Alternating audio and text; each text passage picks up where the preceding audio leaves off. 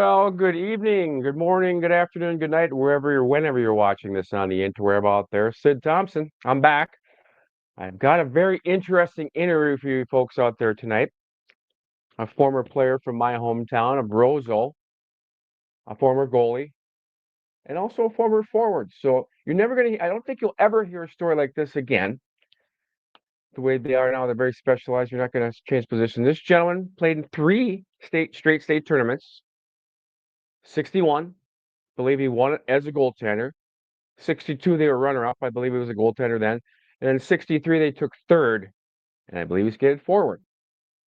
From then, he was recruited as a forward to play hockey at the University of Wisconsin. And he went there. And back then, that's when you could only play, you wouldn't play your first year. You had to sit out a year. That's the rules that were back then. My understanding was the goalie that they had recruited, reneged or something came up. So ended up playing goalie at Wisconsin for 3 years. Outstanding. MVP, 3 years, captain his senior year.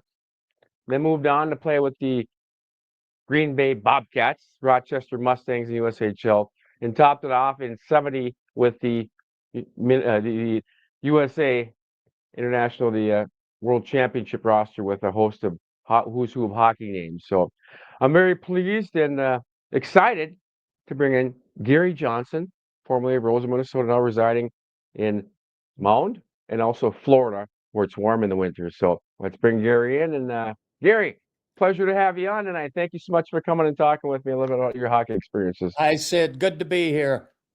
I appreciate it. So hopefully I didn't miss anything. If I did, well, we'll bring it up when we have our conversation. So Gary, what I typically do is I like to start out when I talk to, hockey players that had a very interesting career, how things started when they were young. Playing, you grew up in Roseau. I started out with Don Ross back last year doing interviews. And what was your youth like playing hockey at Roseau? Did you have Saturday morning hockey or just played shinny, or did you start? When did you start playing the game of hockey up there? Probably started age 4 or 5. There were two rinks early, probably elementary school. There was one behind the school, and then the Memorial Arena. A different warming house back then. Carl Bjorkman ran the warming house. He had a big wood stove. I remember that. And freezing your feet and going next to that big stove, roaring fire. And so that was kind of cool. They tore down the rink behind the school. So then we were left with just one rink. Played a lot of boot hockey, actually. The streets, they didn't sand or salt the streets. So it was a good sheet of ice on the streets, and Main Avenue North, that's where I grew up. We had lots of brothers on there, the Helgeson brothers, Rick and or Larry and David Skyam, Rick and Earl Anderson. So we played just about every single night under the streetlight, and really had some great games, really developed the stick handling, and just really had a good time. Also played Saturday morning, Thursday night. In 1959, I played midgets on two different teams, and it was comparable. They call them bantams now. One was a Lions team, one was a VFW team, and we won the state tournament on both of those teams. And then the high school team won in 1959 also. So we swept all the tournaments that they had in Minnesota. Little Roseau took it all. So it was pretty exciting. Ninth grade, I played JV. Sophomore, I made the high school team. Went to the state tournament. We were fortunate to win it, and it was a pretty exciting tournament. Roseau had some great teams back in 57, 58, 59, and then 60. They probably had their best team, and they got upset by Warroad, so they didn't make it down to the state tournament. So 61 was supposed to be a building year. We had a lot of sophomores on the team: Bob Lillo, Jerry Swenson, Larry Skyam, myself. And we were fortunate to go down, and I think the first game we played Minneapolis Roosevelt. Badger Bob was coaching that team. I was going to bring that up. You're a step ahead of me here. So, by golly, yeah, he was the coach. Of course, the war too. Let me bring up that before we go any further. 61. I got to pull up on my handy dandy computer here the brackets. There you go. I think that's 600 right there for you for reference. Can you see that? Okay, Gary. That's good. I forgot the score, so I'm glad you brought it up. Yeah. So the first game we had an overtime game. And then you're between the pipes in all three of these games, right? You played goalie in all three? Yes. Or you guys? Yes. Okay, so first game, overtime against Roosevelt, and that's where Badger Bob was. Yep. Now the second game, holy moly Rocky, you played in 3 overtimes against North St. Paul. 3 overtimes, 1 goal game. And then the title game, a 1-0 shutout. So what gets me when I looked at that, Gary, I was looking, I do this and I look at the different tournaments and I look at the all tournament team. I'm like, what the heck? You won 3 straight games. You had a shutout and championship game. I don't know how many shots you had in that 3-time overtime game, but you were in all tournaments. They had John Birch from Duluth East and Gary McAlpine was a goalie too from South St. Paul. Looks like it's all tournament that year. So what gives?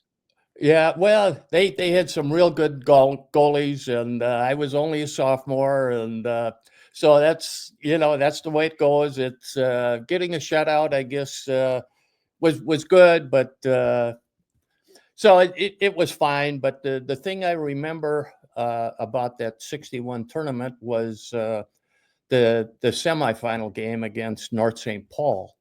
We played the first game in the evening session and went to overtime. We played 1 overtime, and then they started the second game. Oh, really? That's unusual. Okay. Very. I had never heard of that. So we went off the ice. The dressing rooms were taken by the other teams, so they had curtains set up with folding chairs. So I had a real dilemma. What do I do with the goalie equipment? Do I take it all off? Do I, leave some of the equipment on? Do I take the skates off? If I remember right, I think I just loosened the pads, kept the skates on, kept the rest of it on. So then we go out, we play the second overtime, and nobody scores. So they play the second period of the second game. Okay. So it's pretty crazy. I didn't know about. So this is another unique little tidbit that the life of Gary Johnson in hockey. That's something else that was rather interesting. I didn't know. Wow. Okay. So anyway, we were fortunate to win it. And the other thing I remember about the old St. Paul auditorium was smoking was allowed. So it was a big cloud of smoke in the whole rink. So, and that was kind of unusual. I look at those rosters too. Then we look at their rosters. I apologize, Gary. I was looking at those rosters, by the way, some of those names, in that tournament that 61 you had over there, mentioned McAlpine name, but you had Doug Wood playing in that. For South St. Paul. I mean, that's pretty. Then look at some second gen. I remember North St. Paul. James DeRose was a goalie. I think his son Tim DeRose played in the 80s for North St. Paul Johnson. So I thought that caught my eye. Okay. And I was just cruising through some of those names. I'm like, yeah, interesting. There was the coach now for Hallock, Ken Welland. Was he a Roseau guy? Was it Welland name? Kenny Welland. He was Bob Lillo's brother-in-law. Okay. See, I knew there was some tie there. Yeah, and Bob was a terrific hockey player, and I think he made all tournament all 3 years that he played. And Jerry Swenson was another terrific hockey player for us. I think he made all tournament team sophomore year. And Larry Skyme, he was great. And so anyway, we kind of surprised a lot of people by winning it that year. And it was pretty sweet because it was supposed to be a rebuilding year. Well, you guys did pretty darn well under Coach Oscar Almquist, of course. Was he wearing his fedora back then, I would assume? Oscar had his old lid on under there. Oh, yes. Oh, yeah, he sure did. Yeah. I try to when I coach or when I broadcast, I have my fedora. I try to replicate him and Willard Eichel. I got my old there you go. Or Toe Blake or whatever. I go back reference back to them. So yeah. That's pretty cool. So, and before I hop on to the next year, I wanted to go back. You mentioned the streets of Roseau, and I remember playing as a kid. I lived in the trailer court, the West Side trailer court, and we could actually put our skates on too because it was so hard when it had it down. Playing out in the streets, little boot hockey back in the day. So that's Oh, brings back some memories when you mentioned that. I had to throw that out there. oh boy, we played it just about every single day. And then cars would come and drive over our chunks of snow, ruin our goalpost. But no, that's great memories. Yeah. And Jerry Swenson, by the way, I played with his son, and his son was a solid defenseman, but you could tell he was a farm boy. He was built like a brick. You know what? Once you hit him, he didn't bounce. You bounced off of him. You usually didn't take him down. Oh, He was pretty solid. Was Jerry? I'm assuming Jerry was pretty solid back in the oh, day when he played. he was solid. He was a great football player too. He was a fullback, and yeah, he was solid. Great athlete. Yeah. So Uh, moving on to the next year, then in '62, I'm looking at this. I didn't have that, but I'm pulling up here, Gary. And you guys played St. Paul Marol 5-1 in the first round. Then South St. Paul 5-2. Then it was an all Northern championship where the Falls beat you 4-0, and you guys were run up that year. that So was talk about that team. Yeah, that was International Falls. Really had a nice team. They had Huffer Christensen. He Yep, was yep. he was one of the best players I think I've ever played with. I played with him on the '70 USA team and played against him. But he was just a terrific hockey player. And our star was Bob Lillo. And so I remember the headlines in the paper: Lillo versus Christensen for the Yep. final. And And their they beat us. goalie, you played again. I was going to say you played with their goalie too. Was it Lefty Curran was their goalie that Lefty year, I believe. Curran, yes, he was another great goalie. So yeah, we took our lumps that game. I think 4-0. Is that Yeah, it was what 4-0. you? I'm sorry I didn't have that one pulled up for say I did the first year when you guys won it, but it was 4-0 in that game there. Yes.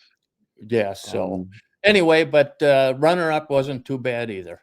no, no, hey, just getting there is an accomplishment for some people. They'll Yeah. take the runner up any day, you know. I mean, we'll get to that too. Speaking of your grandsons who happened to be runner up in that, last year. But yeah, again, looking at those tournament names in there, I mean, I always look at the other teams and I saw the Metson name. I know he was a senator there for South St. Paul. And Terry Abram, who coached in Roseau, along with the Doug Oh, sure. Woogers there Yep. on that team. And then Greenway. I look at the Greenway squad. I thought there was a Talk. I remember that Talk name. I think he was a pretty darn good hockey player. Yes. I think Oh, his for son was sure. Chris Talk. But it's just fun to look back at all these names and think of some of the second and third generation names playing. And of course, over at that time they were Morningside. They were called the Hornets, but Willard Eichler was coaching over there as well. But that fall squad who beat you there, the famous coach Larry Ross as well was the head coach there for the Broncos. Yes. And story about Larry Ross. I think he was offered the Wisconsin job. Oh, Uh, really? I think so. I don't know if that's gospel, but he had an insurance agency, I think, back in International Falls, and he didn't want to take the job.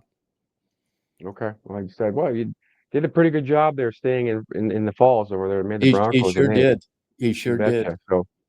So we go from the championship to the runner-up, and you joke about it, Gary. You say, "Yeah, it progressively got worse, but first, second, and third, not too bad still." I'd take it. So that third year, now what? Okay, so I'm looking at the picture. Let me pull up that picture here for you, and I got to pull up the '63 team. Where is it? Here we go. By golly, these two tenders to the left. There's not a guy named Gary Johnson with the old pads on. He's about, like you said, seventh guy in from the right. He's a forward. He's smiling there and he's playing forward. What happened there? I got to hear the story. Why go from you're a successful goalie one state till you're a runner up the next year, and they say, I've had enough playing goalie. I'm going to play forward. How'd that come about? Well, Bob Lillo, he's the one who talked me into it, and he talked Oscar Almquist into it. Hmm. We would skate Saturdays, and that I'd skate out, and had pretty decent hands, so I could score. Wasn't the greatest skater, but did okay. So anyway, Bob kept talking to me. Why don't you do it? Why don't you do it? Why don't you do it? And it wasn't a smart thing to do. I had heard from several colleges in the East about scholarships for goalie and this and that. And the smart thing would have been to stay in the goal. But anyway, Oscar went along with it. Bob went along with it, and I thought, well, if it's good for the team, well, why not? We'll try it. Team player. And anyway, so they put me on the line with Larry Skyam and Bob Lillo on the off wing, and those guys were terrific players. And so they helped me out a lot and set me up a lot, and it worked. And it was. I was going to ask you. So, what were your stats that year that you're playing on the wing there? How many feeds did you get from those two characters? Did you put the basket a few times? I had lots of goals. I think a lot of them were tap-ins, but I don't know how many assists I had. Okay. But well, it worked, and made it to the state tournament again.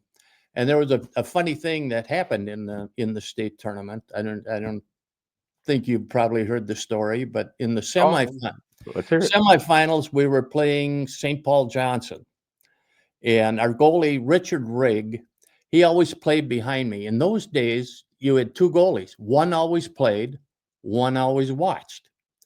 And Richard had played behind me all the way up, and he was a pretty good goalie.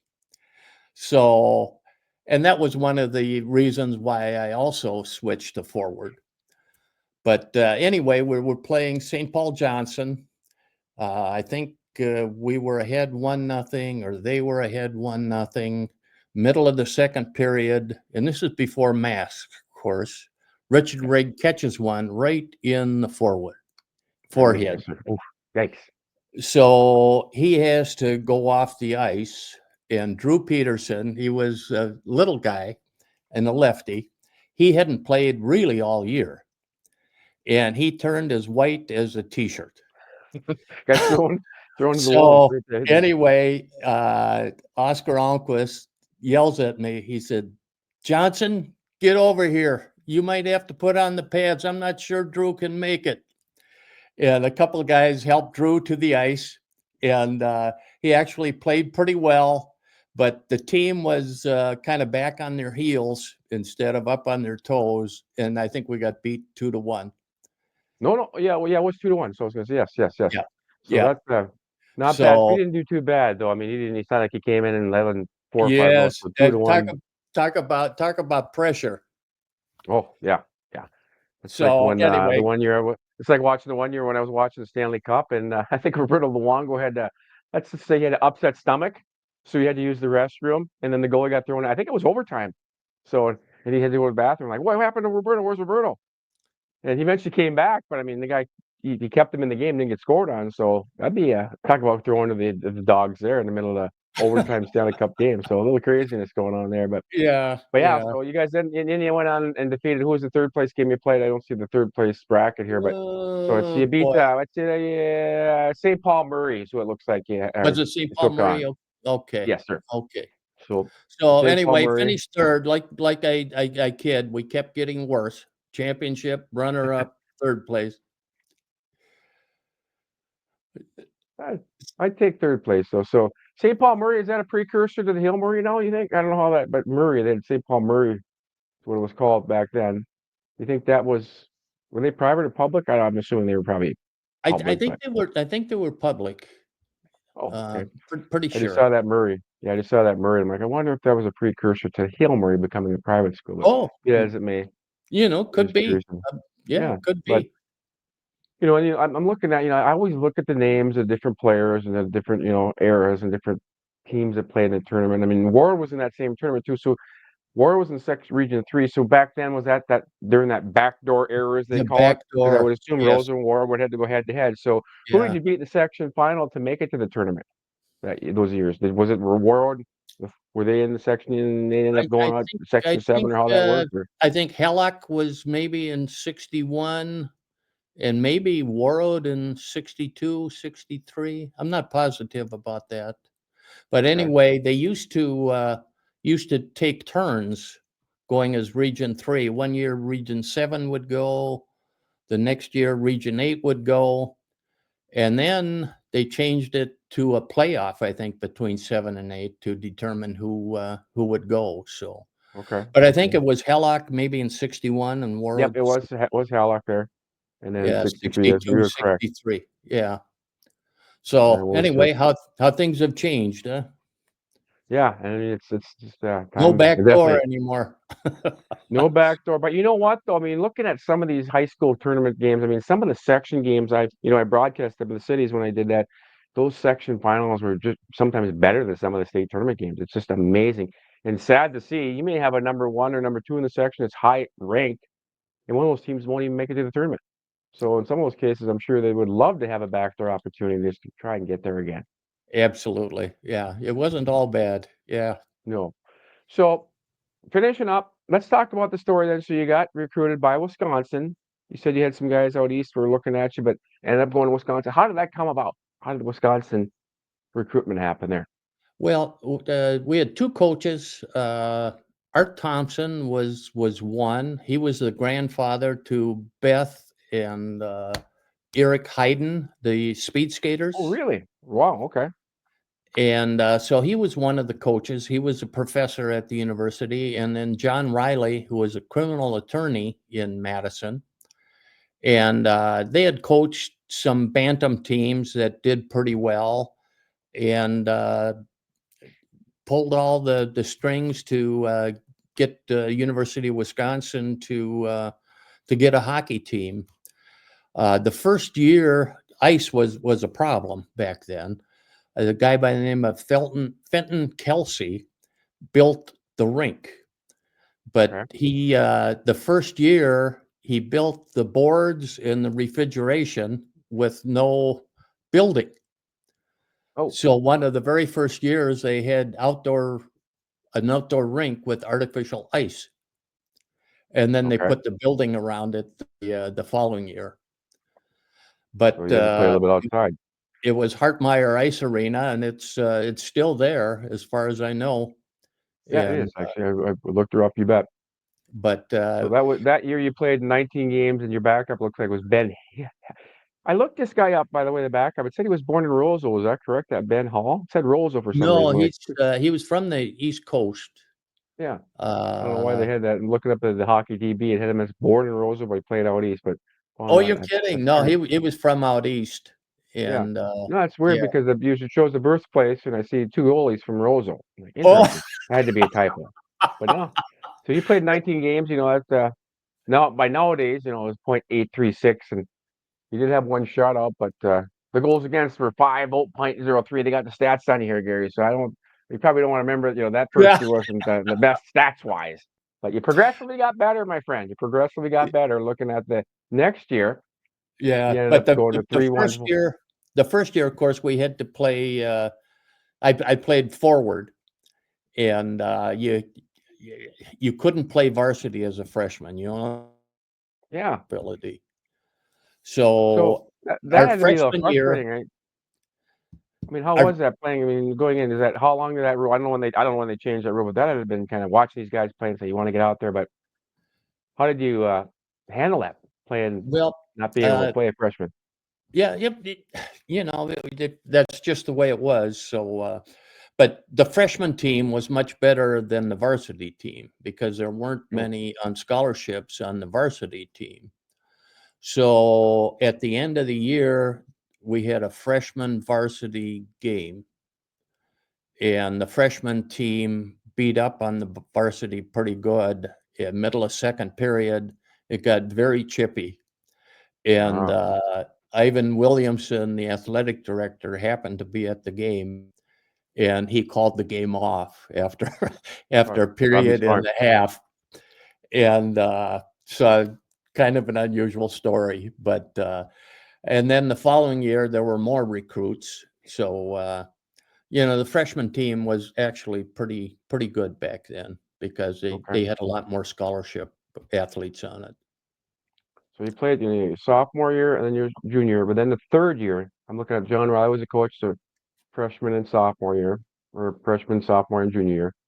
But then the third year, that's when you were the MVP, and I got to pull up the picture here. Hold on one second here, partner. I Yeah. don't think I showed the picture. Hold on. I gotta show this. Yeah. Look at this dapper guy. Look at that goalie Yeah. right there. Look at that guy. No, look pretty serious. So you're smiling Yeah. in one of the pictures there in Roseau, but There you go. look at like Yeah. try to get a puck by me. Like you got a chip on your shoulder. Trish, try to beat me. Yeah. So, so that was Actually, I was MVP all 3 years. okay. Awesome. Yeah. And then So that last year you played all 23 games, but that was your. I think you said that Badger Bob. That was his first year as the head coach. Moved on to coaches, so you're right part of when history there. What were your experiences with him? I mean, what can you tell us about being a player under his realm? he was 35 years old when he took the Wisconsin job. His first job was coaching up in Warroad, actually. Yeah, yeah, yeah. I think for 1 year, and he was a co-coach. And I'm trying to think who he coached with, but they were co-coaches at Warroad. And then he went to Roosevelt. Then he went to Colorado College, and then he came to Madison uh, as a 35-year-old. And he was a great coach. And the thing I guess I remember about him is he really made the game fun. We would play showdown at the end every day, and he'd join in, and he'd scrimmage with us, but he'd always load the line, so he was always on the best line, and he always won. But no, he was a good guy. He came to our wedding actually in Chicago, and he gave us a present as a gravy bowl, silver gravy bowl. So every time we have gravy, we think of Badger Bob. Pick a Badger Bob. So I just thought that's a cool story that you're able to play for him, and he went on. As a legend. Died way too young. I think he was only 60 when he passed away, so it was unfortunate.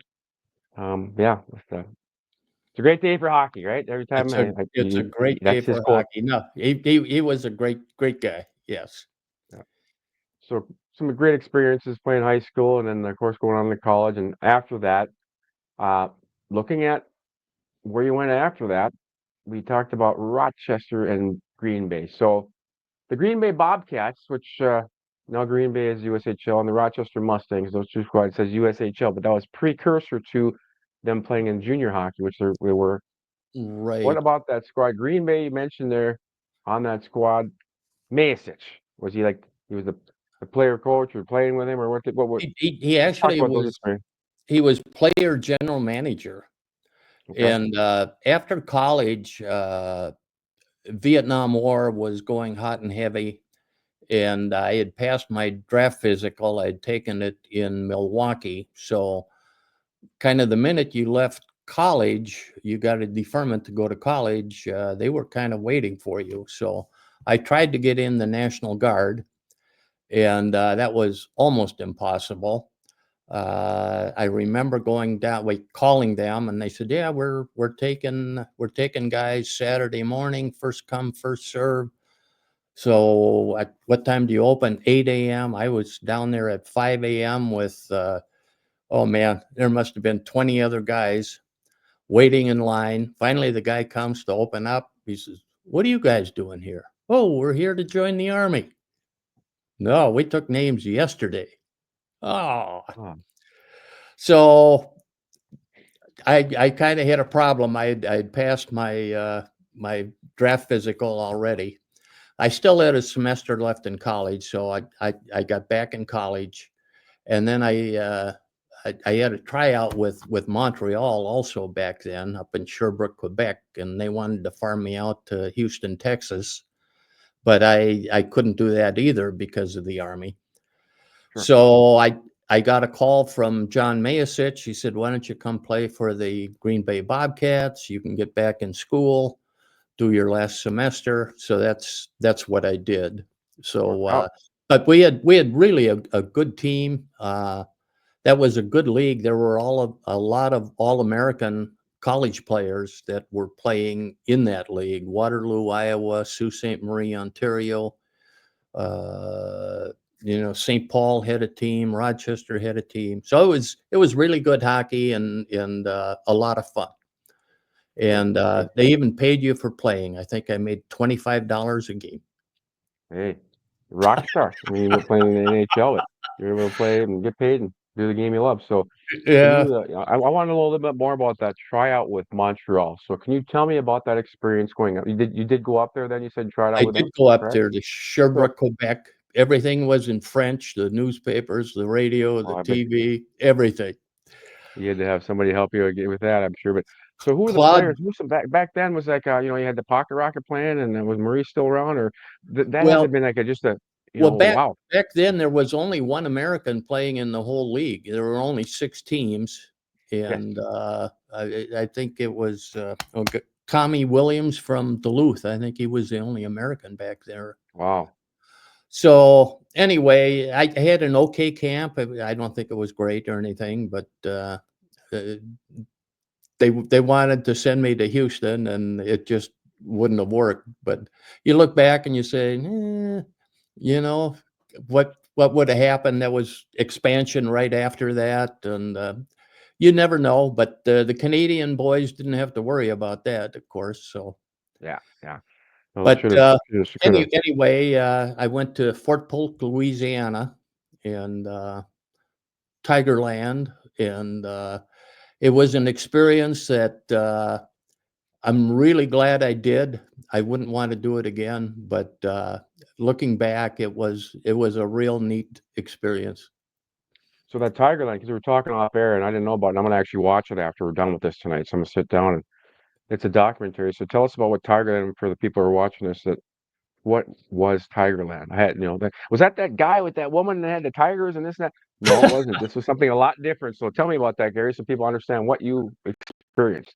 Well, it was Fort Polk, Louisiana. Uh, I did my basic training there, and so it was simulated jungle conditions because most of the recruits that trained there went over to Vietnam as frontline soldiers. So they made it tough, and there weren't any pansies there, that's for sure. So a lot of forced marches. Yeah, I think we had the M14 back then. With the M16 wasn't out yet. So, but it was a hard experience, but it was a good experience. Yeah. Well, you're fortunate, very fortunate you didn't have to go because in '69, my uncle didn't make it back. He was in December '69. Unfortunately, he killed in action over there, along Yeah, with a lot of others. So good for you that you were. yeah. Closest Well, I was experience you had was with the Bayou. I suppose that was in the Bayou area down there in Louisiana. yeah, I was trained as a combat medic. Actually, I went to Fort Sam Houston in San Antonio and was trained as a medic. And most of the guys that I trained with went over to Vietnam as frontline medics, and the casualty rate of frontline medics and first lieutenants was very, very high because of Right. all the snipers. And so, anyway, I was blessed that I didn't have to go. Yeah, very fortunate. So then, like I said, playing on those two squads, you went from Green Bay, played up in Green Bay.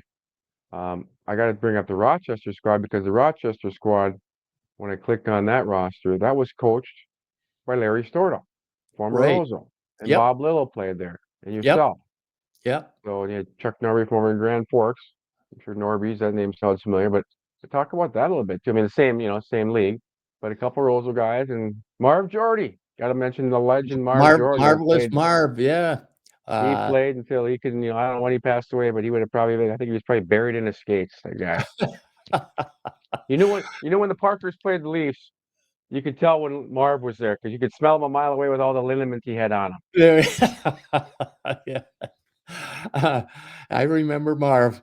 Uh, the thing I remember about the Mustangs was the small rink. We played in the Civic Center there, and Yep. I'm not sure they even had a red line, but it was a great shot on goal from center ice. I do remember that, and not easy for a goaltender playing at the Civic Center. No, no, a small barn like that, you bet.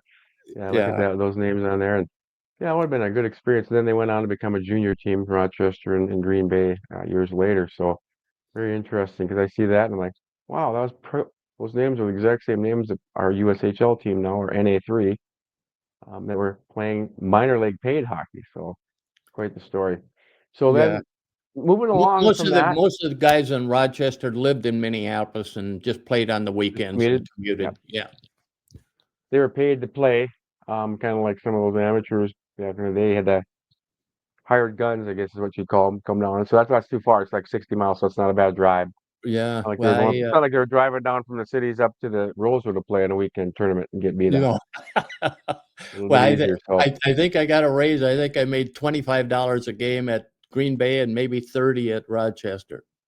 okay, well, most important position, you should have got a raise. You know, being the goalie, we're the key guy back there, right? Right.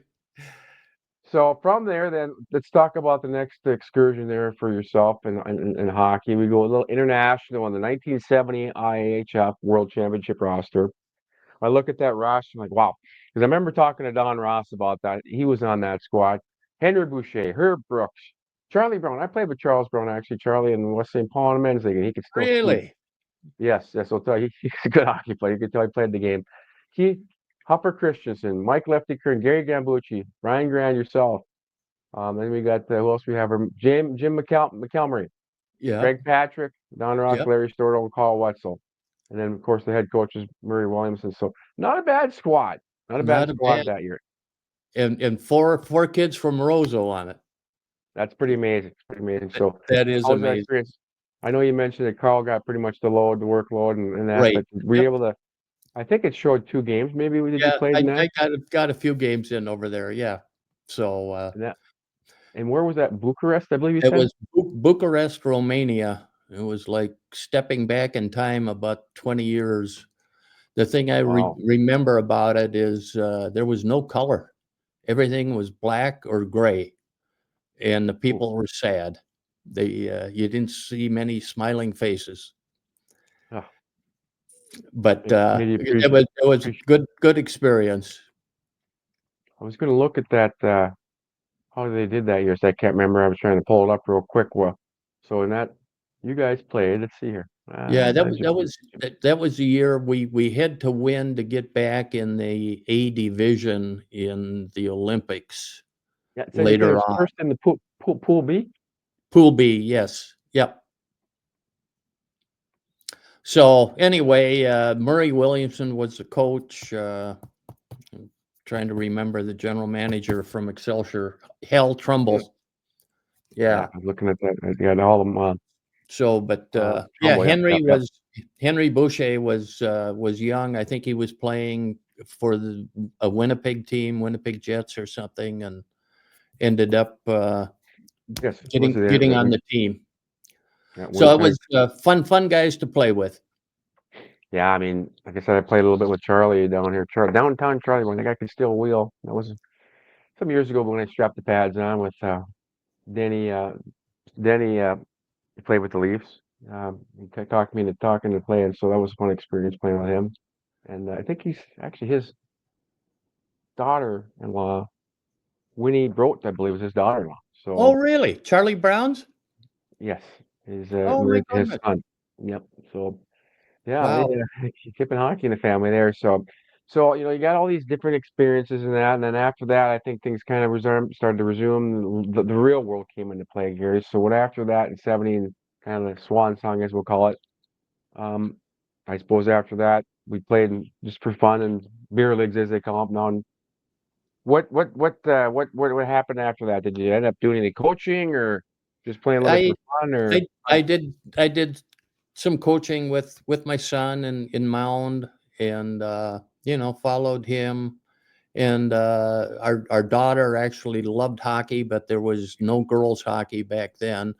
Although they did have a team in Mound. They called them the Mound Mo Chicks, and they were ages anywhere from maybe 11 or 12 to 65. Really?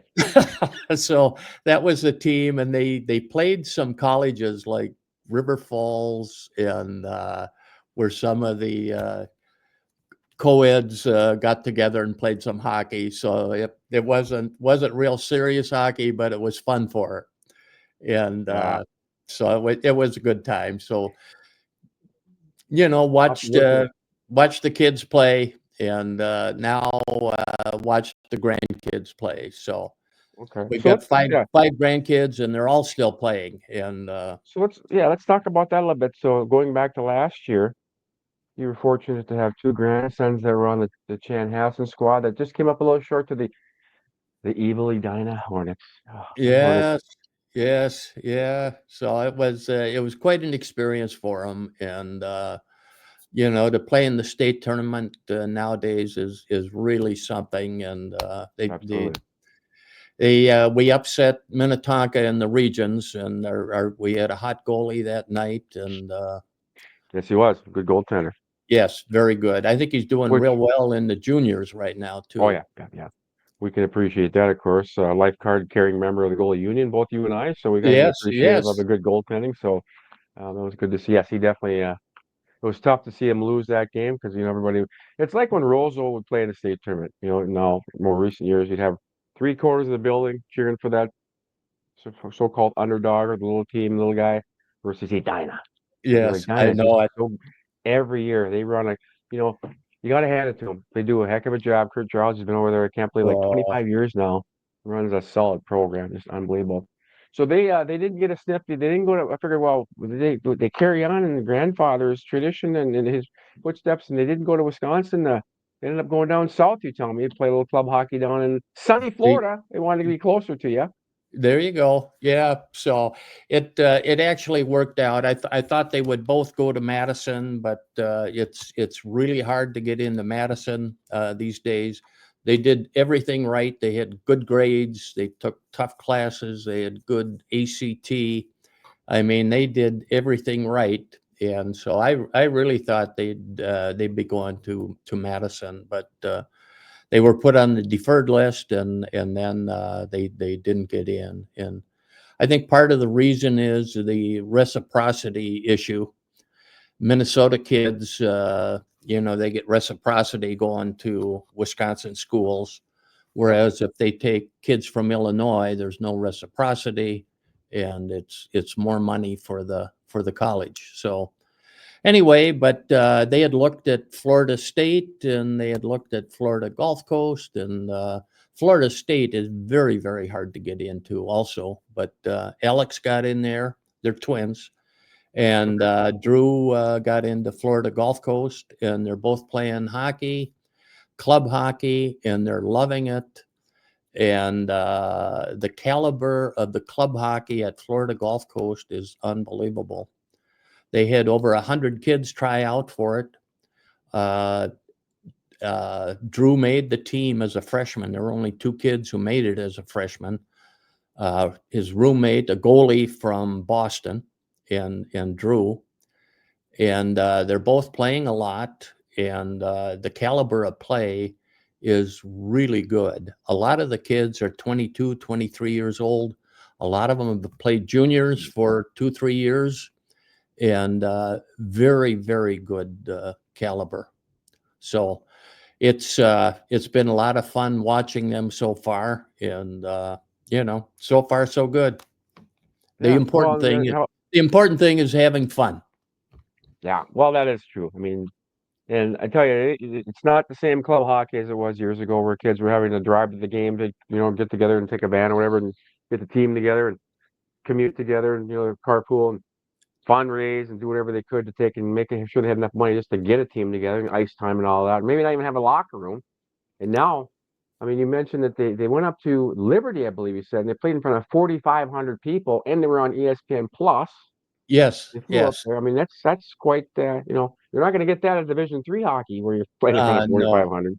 no, They and didn't get that national championship for Division yeah, 3. they have national championships, and uh, 3, 4 weeks ago they played the Arkansas Razorbacks. I mean, these club teams are from all over the country. I think there's like Yep. 450 of them all over the country. There's two different divisions and two different national tournaments.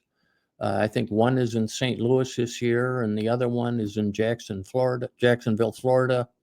And it's a neat deal for kids that have the passion and still want to keep playing and go to college.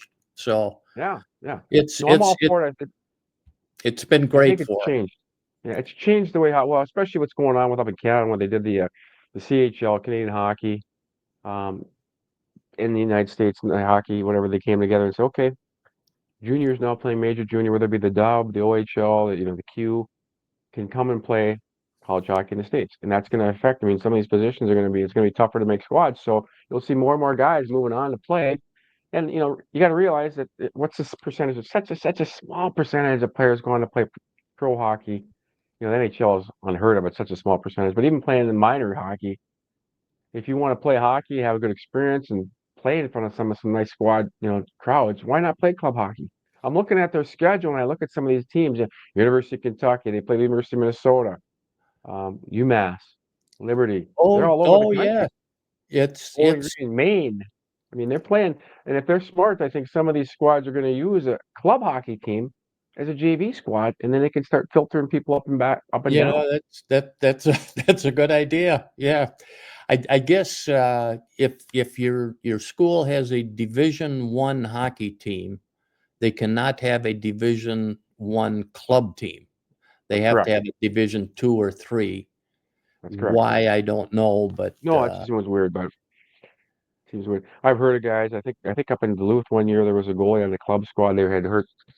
Something came up where they needed a backup, and he ended up playing. I think he ended up backing up and went on their national championship team when they won it one year.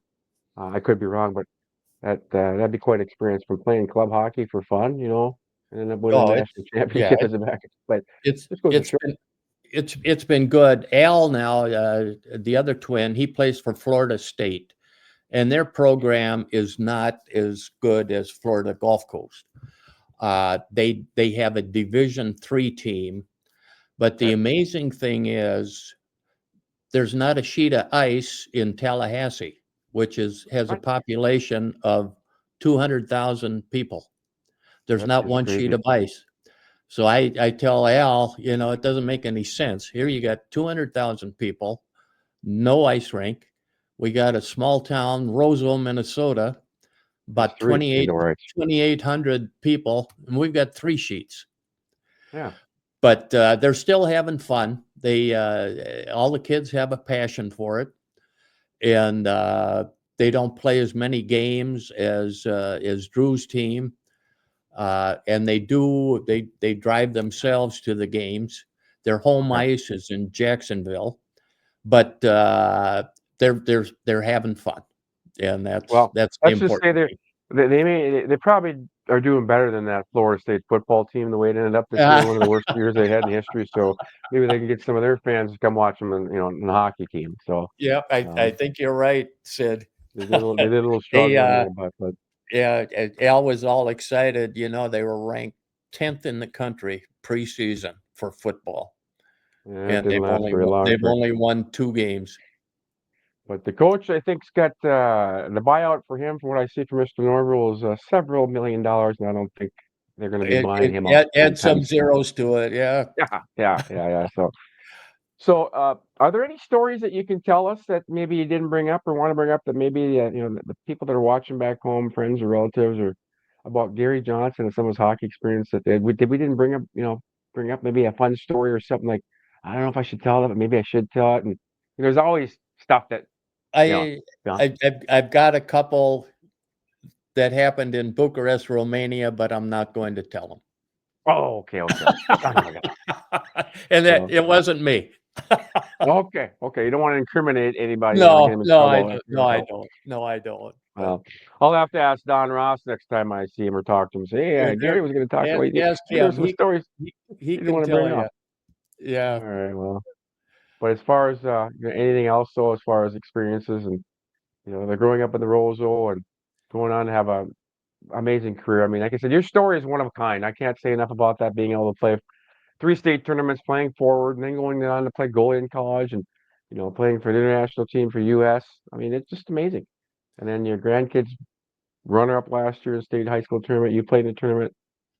That's unheard of. It's pretty cool. So, like I said, Yeah. anything else that comes to mind that I Uh, missed? Or no, not really. I think we pretty much covered most everything, and I feel blessed to have been born and raised in Roseau and given the opportunity to go to Madison, and hockey's been very, very good to me, and all our grandkids and kids have a deep passion for the sport, and it's just it's been a wonderful ride. So Yeah, that's yes, good to hear.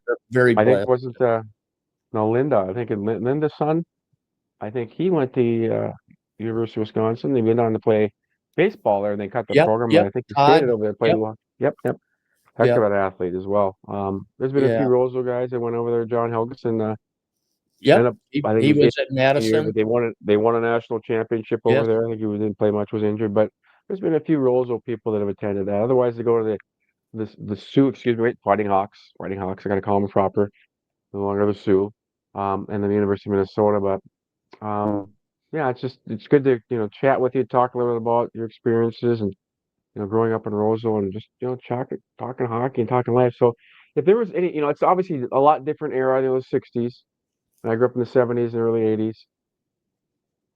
That you would tell a young guy if he came to you, a young woman or young guy, say, hey, Mr. Johnson, what advice can you give me as a young athlete? I want to play hockey. I mean, what would you tell them? I know, like I said, times have changed. There's a lot different era now than when we played. Um, what advice would you give a young up and well, coming athlete if they came to you? number one, it's turning into kind of a rich man sport, Yeah, yeah, it's unfortunate. and if you don't have the finances to play hockey, it's really going to be an uphill grind for you. Yep. And it's expensive. You take all these tournaments at the youth level and ice time, and they pay coaches, and I mean it's a different deal now. But it's the greatest game, and most kids that play it have a passion for it, and you just keep playing as long as you can. And that's the neat thing about growing up in Roseau and having 3 rinks, and you can kind of play as much hockey as you want. And Hey, you that's mentioned kind of three rinks, unheard of Gary. now. You mentioned 3 rinks. There's more than three up there, believe it or not. You got to consider Milwaukee, right? And you got Well, I that's don't, I don't, true. I don't Yeah, I don't know if Salo still has a rink, but they used to have a rink. And then they've upgraded up there at the Ross rink up on the border. They got a better outdoor rink than some people have for indoor rinks out there. They got a nice little warming house. It's no longer a little potbelly stove, but they're very fortunate, to yes, have those rinks and be able to be a rink rat. I mean, if you can't find ice up there, you're not trying. You're not looking. Um, yeah, and that's for sure. And and we only have one indoor ice sheet here. Well, in the college down where I live in Winona, we struggle for ice time because it doesn't get that cold outside. It's going to take a while to get outdoor ice for us. It's tough. yes, And it has gotten to be expensive. And that's why, I've created my own company to take and sell sticks because I look at the way these things are. You talk about expense, parents. There's no way I would have been able to play the game today, the way it costs, especially at goalie. There's equipment now and everything. It's oh, amazing how expensive it's I, gotten. I saw something on Twitter the other day. They were talking about what does it cost to outfit a goalie with the best equipment, and I was What did you come up shocked. with? What did it say? What did it say? 5,000, 3,000, 2,000. $10,000. Oh my goodness! You got a mortgage. You got to have a mortgage. Second mortgage. You got a loan, equity loan on your house. To have your kid play, and that's But just the equipment. they say like the mask and like $1,000, and then if you want it painted and Oh so yeah, to yeah, get yeah. the best pads and I remember starting goalie. My first catching mitt was a first baseman's mitt. Yep. I don't even remember when I got a regular goalie mitt. Uh, the protection on the arms and shoulders, it was like wearing long underwear. Yeah. And not And thing. not wearing a mask kept you on your toes. I talked to my wife Jane, and I said, it's amazing how many times the first shot on a goalie goes in. And if you watch, it is amazing. And one of the parents of a goalie came up to me and said, he always lets in the first shot. What should I do?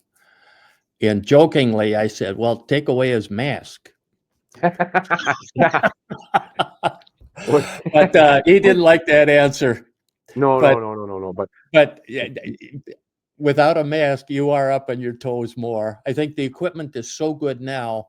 I mean, Oh, it's goalies crazy. probably have a tendency to relax a little bit. It's crazy. I mean, I looked at when I played, like I said, I played in the 70s and 80s, and my equipment, I had the old horse, as you did, the old horsehair pads. I had a pair of Browns. I could lift them up, and they were. Now you can lift up the equipment with two fingers. It's that light. It's crazy. Yeah, It's amazing. crazy. And Bushel came basket for a catching mitt. I and mean, it's and when they did have the mask, it was that fiberglass that you had to take a straw to get it molded to your face, and you get hit, you get the compression cuts, and yeah, but um, yeah, I made my own mask. Even I didn't wear a mask till my junior year in college, and I had gotten this was in Muskegon, Michigan. I'd got hit with my mask on, and my mask cut me from the outside and my oof, teeth from the inside, so it was completely split. oof. And they I don't know if you rushed you to rushed the me down hospital.